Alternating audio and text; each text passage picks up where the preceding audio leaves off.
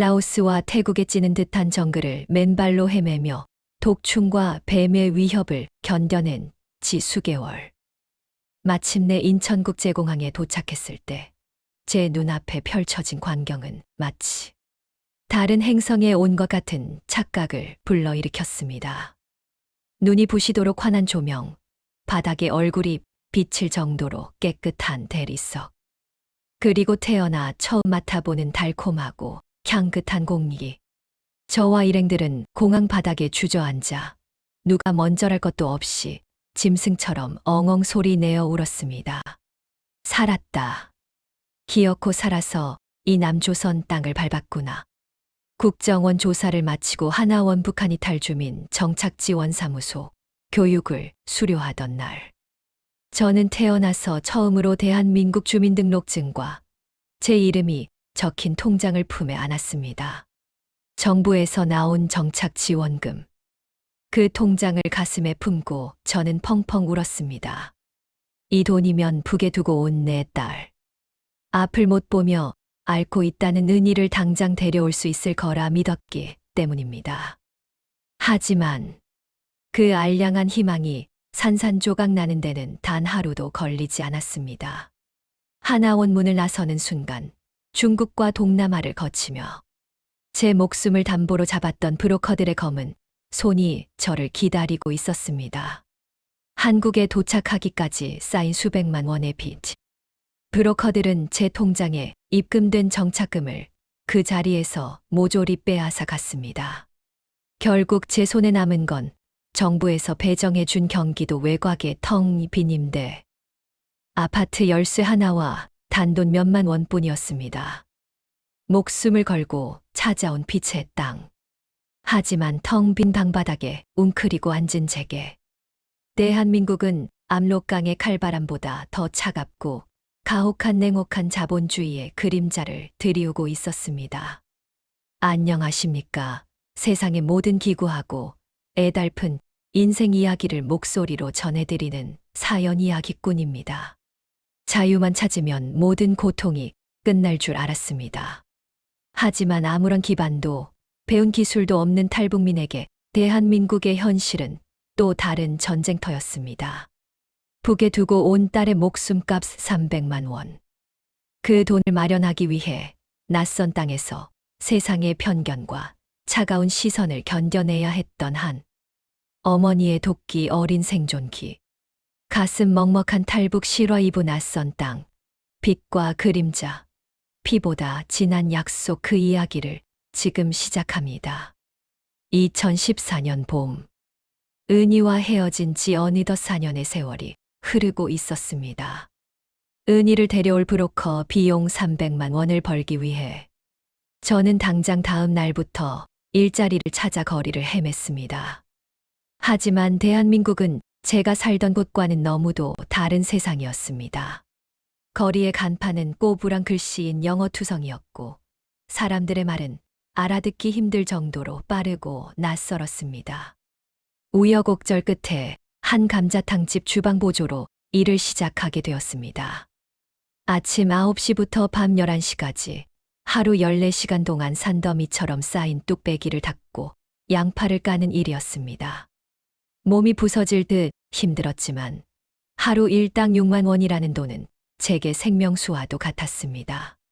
하지만 진짜 고통은 육체의 피로가 아니었습니다. 바로 탈북민을 향한 사람들의 차가운 시선과 편견이었죠. 어느 날이었습니다.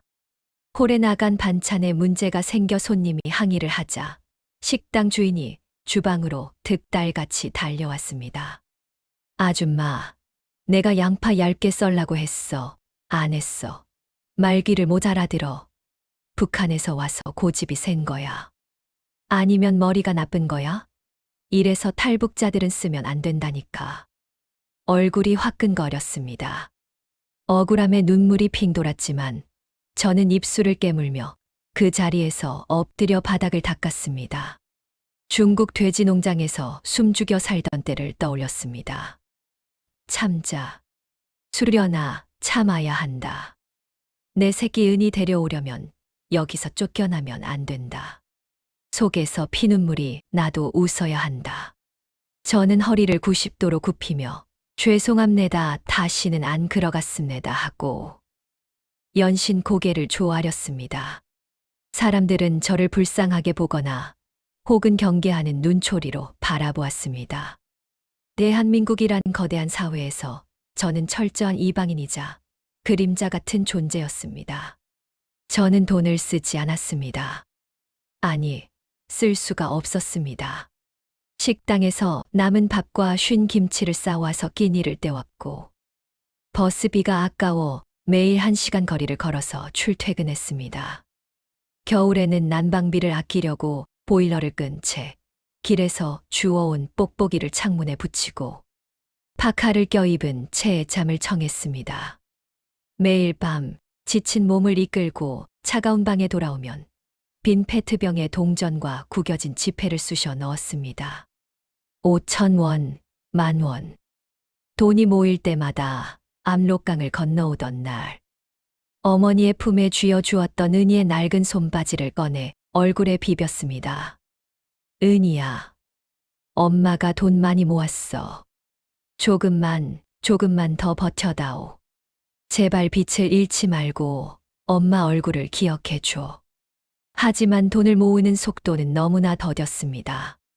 방세와 공과금을 내고 나면 남는 돈이 쥐꼬리만 했으니까요.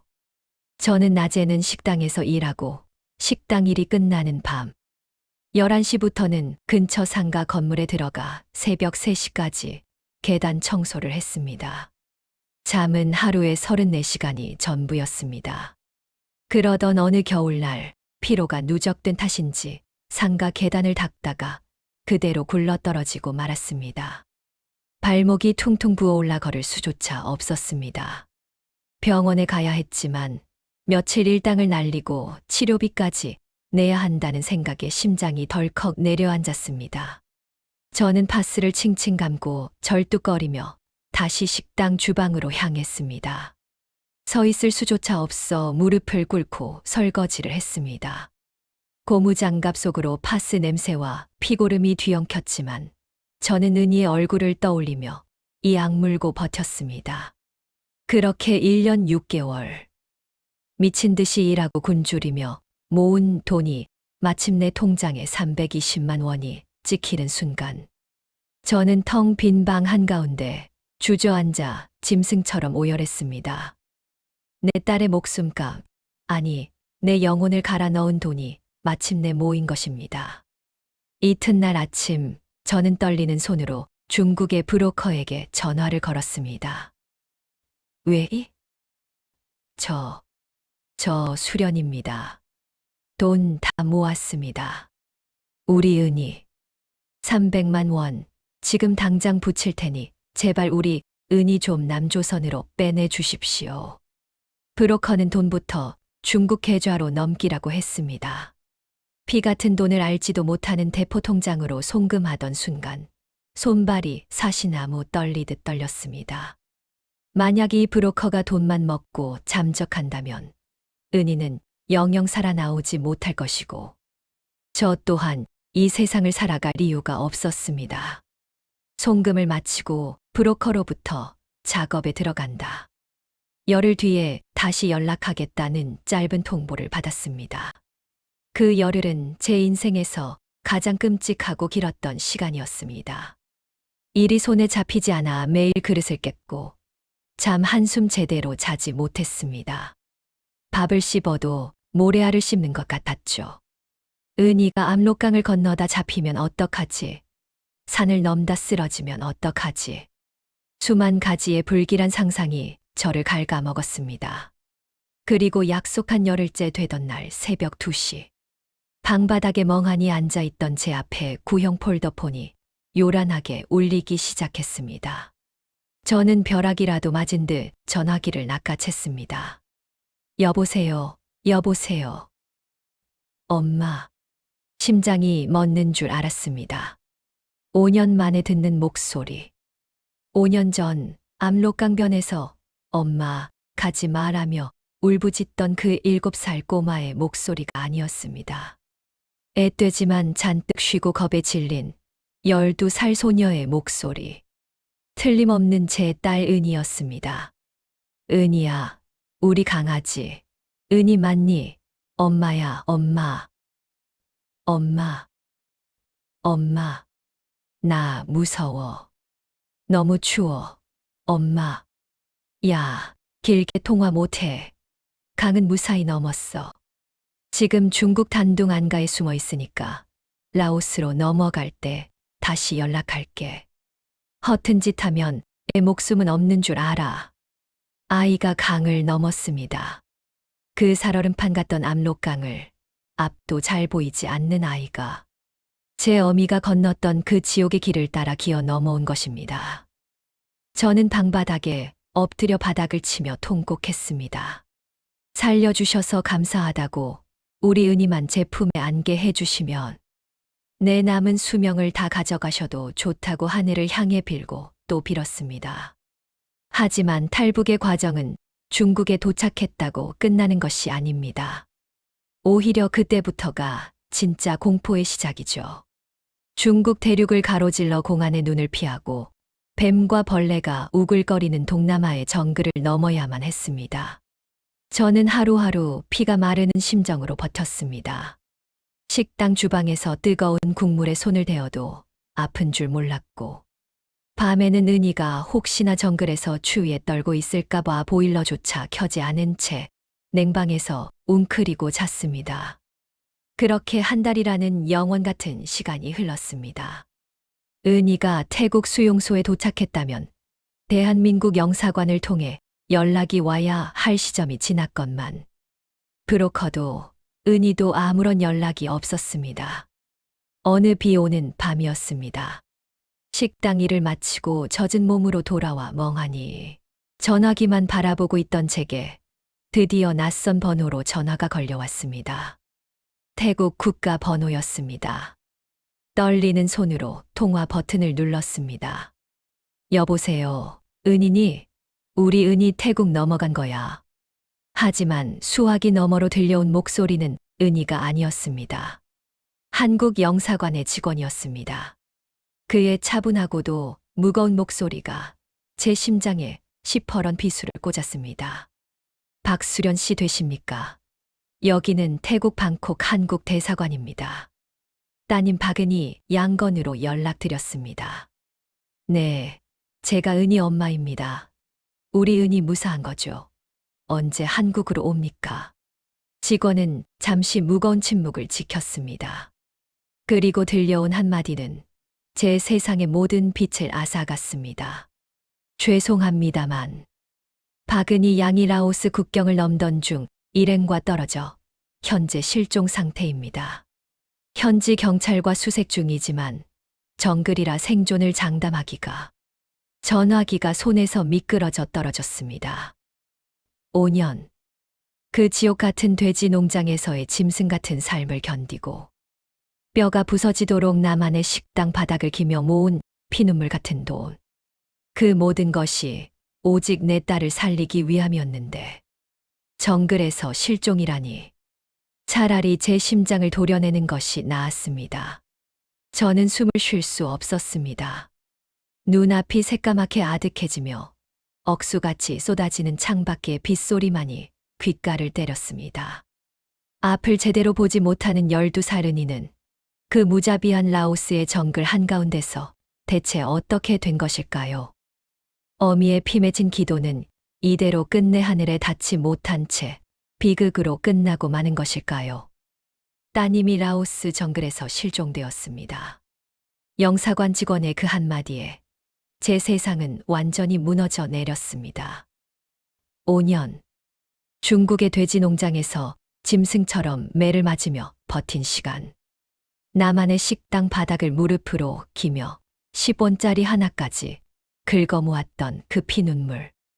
나는 5년의 세월이 산산조각이 나 허공으로 흩어지는 것 같았습니다. 저는 며칠 동안 물 한 모금 넘기지 못한 채 좁은 방구석에 미친 사람처럼 웅크리고 앉아 있었습니다. 은희야. 내 새끼.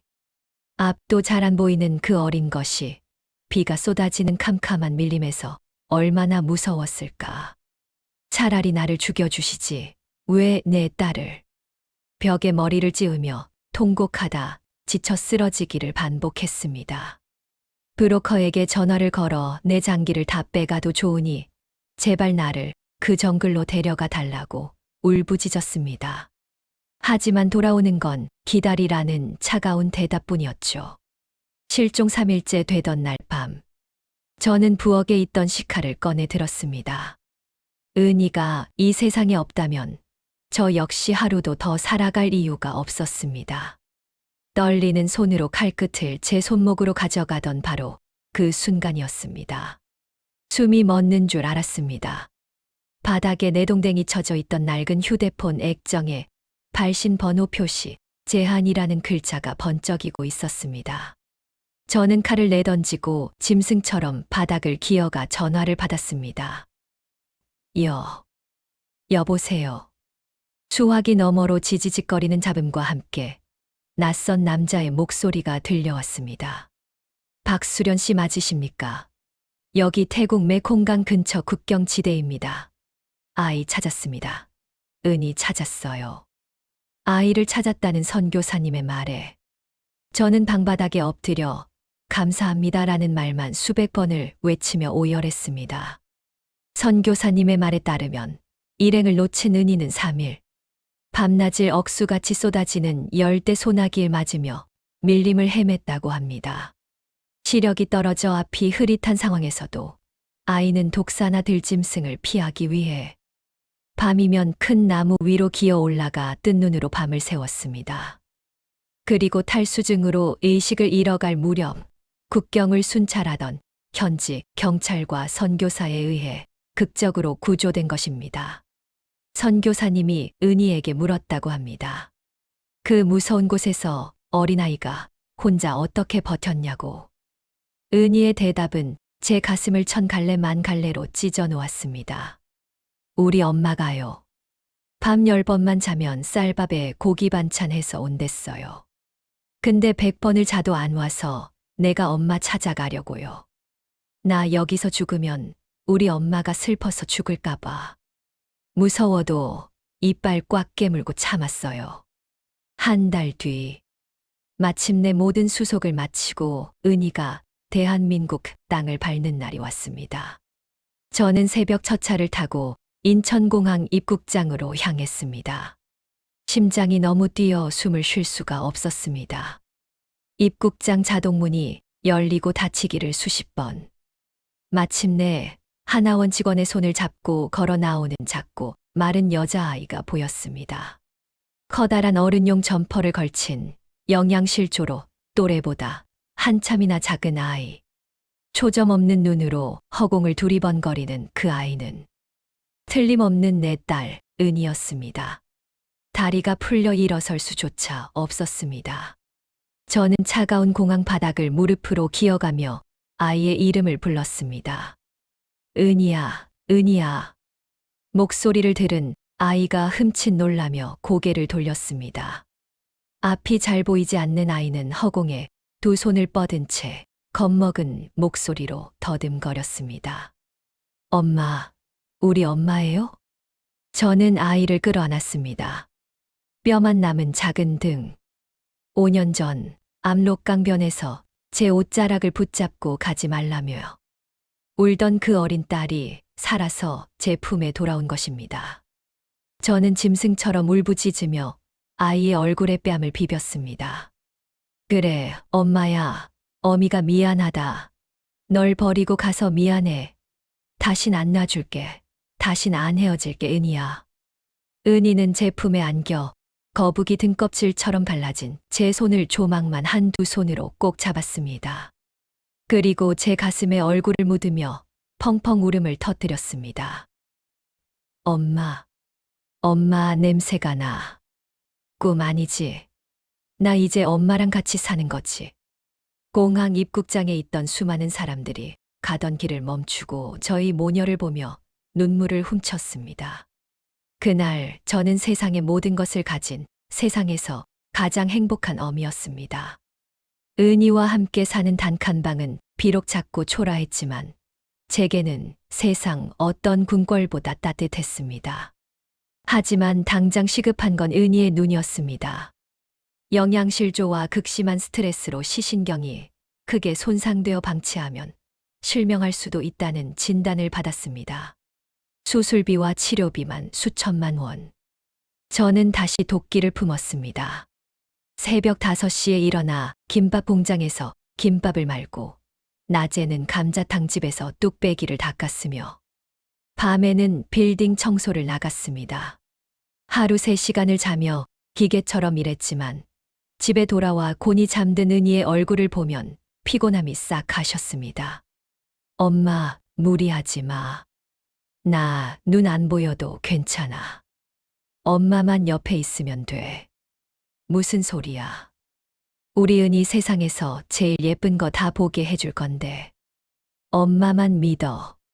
제 사정을 알게 된 지역사회 탈북민 지원센터와 병원의 도움을 받아 기적적으로 수술비의 일부를 지원받을 수 있었습니다.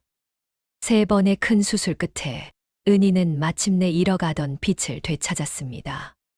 눈에 감은 붕대를 풀던 날, 은희는 제 얼굴을 쓰다듬으며 환하게 웃었습니다. 엄마, 얼굴에 주름이 많아졌네. 그래도 우리 엄마가 세상에서 제일 예뻐. 그날 저희 모녀는 병실에서 부둥켜 안고 또 한참을 울었습니다. 은희가 건강을 회복하고 나만의 학교에 적응해 나가면서 저도 평생 남의 집, 주방 보조만 할 수는 없다고 생각했습니다. 저에게는 북한 고향에서 어머니 어깨 너머로 배운 음식 솜씨가 있었습니다. 저는 몇 년 동안 이 악물고 모은 돈과 탈북민, 창업 대출을 받아 시장 골목 구석에 허름한 테이블 4개짜리 작은 식당을 열었습니다. 간판 이름은 은희네 국밥. 고향식 온반 따뜻한 국밥과 순대를 파는 작은 가게였습니다. 처음엔 쉽지 않았습니다. 북한 음식이라는 낯선 때문에 파리만 날리는 날이 수두룩했죠. 탈북자가 하는 식당이라며 툭툭 시비를 거는 취객도 있었습니다. 하지만 저는 굴하지 않았습니다. 중국 돼지 농장의 그 지옥도 버텼고 남한에서 14시간씩 설거지도 버텨낸 제게 이 정도 시련은 아무것도 아니었습니다. 매일 새벽 4시에 일어나 육수를 끓이고 제일 좋은 고기만 썼습니다. 손님이 한 명이라도 오면 90도로 허리 굽혀 인사하고 밑반찬 하나라도 더 퍼주었습니다. 내 딸을 거둬준 이 고마운 땅에 진심으로 정성을 다해 음식을 대접하자. 제 진심이 통했던 걸까요? 입소문이 나기 시작하면서 시장 상인들부터 시작해 멀리서도 손님들이 찾아오기 시작했습니다. 아짐의 국물 맛이 진짜 기가 막히네. 어쩜 이렇게 사람이 친절해. 대박 나겠어. 손님들의 따뜻한 칭찬에 저는 주방 구석에서 남몰래 눈물을 훔치기도 했습니다. 어느덧 10년의 세월이 흘렀습니다. 테이블 4개짜리 허름한 은희네 국밥은 이제 직원을 5명이나 둔 지역의 소문난 맛집으로 번듯하게 성장했습니다. 월 매출 수천만 원. 과거 식당 바닥을 기며 10원짜리 하나에 울고 웃던 이방인은 이제 어엿한 대한민국의 당당한 사장님이자 세금 성실 납부자가 되었습니다. 그리고 제 목숨과도 같은 딸, 은희. 라오스 정글을 헤매던 깡마른 12살 소녀는 어느덧 훌쩍 자라 서울의 어엿한 4년제 대학교에 입학한 어여쁜 숙녀가 되었습니다. 간호학과에 진학한 은희는 말합니다. 엄마, 나중에 간호사가 돼서 아픈 사람들 다 고쳐줄 거야. 어릴 때 약이 없어서 나처럼 아팠던 아이들, 그리고 우리 엄마처럼 뼈 빠지게 고생하는 사람들, 내가 다 안아줄 거야. 그 말을 듣는 순간 제 가슴 속에 맺혀있던 압록강에 그 차가운 한과 얼음 덩어리가 봄눈 녹듯 사르르 녹아내리는 것을 느꼈습니다. 가끔 가게 문을 닫고 밤하늘의 별을 볼 때면 저는 아직도 압록강의 칼바람 소리를 듣곤 합니다. 하지만 더 이상 두렵지 않습니다. 그 지옥 같았던 시간들이 있었기에 지금 제가 누리는 이 평범한 하루가 얼마나 위대하고 감사한 기적인지 뼛속 깊이 알고 있기 때문입니다. 구독자 여러분, 혹시 지금 앞이 보이지 않는 캄캄한 어둠 속에 홀로 버려졌다고 생각하십니까? 살을 내는 듯한 칼바람에 당장이라도 주저앉아 포기하고 싶으신가요? 그렇다면 이 이야기를 기억해 주십시오. 자식을 위해 짐승이 되기를 자처했던 어미의 도끼와 정글의 어둠 속에서도 끝내 엄마와의 약속을 놓지 않았던 그 어린아이의 마음을 말입니다. 포기하지 않고 하루하루를 악착같이 견뎌낸다면 여러분의 인생에도 반드시 따뜻한 봄날이, 기적 같은 아침이 찾아올 것입니다. 2부작에 걸쳐 전해드린 수련씨 모녀의 기적 같은 탈북 실화, 어떻게 들으셨나요? 끝까지 함께 울고 웃으며 응원해 주신 모든 분들께 진심으로 머리 숙여 감사드립니다. 여러분의 따뜻한 구독과 좋아요, 그리고 오늘 수련씨 모녀에게 전하는 축복과 응원의 댓글은 지금 이 순간에도 힘든 세상을 견뎌내고 있는 또 다른 누군가에게 큰 희망의 불씨가 될 것입니다. 지금까지 세상의 모든 꺾이지 않는 마음들을 응원하는 여러분의 사연 이야기꾼이었습니다. 편안한 밤 보내십시오. 감사합니다.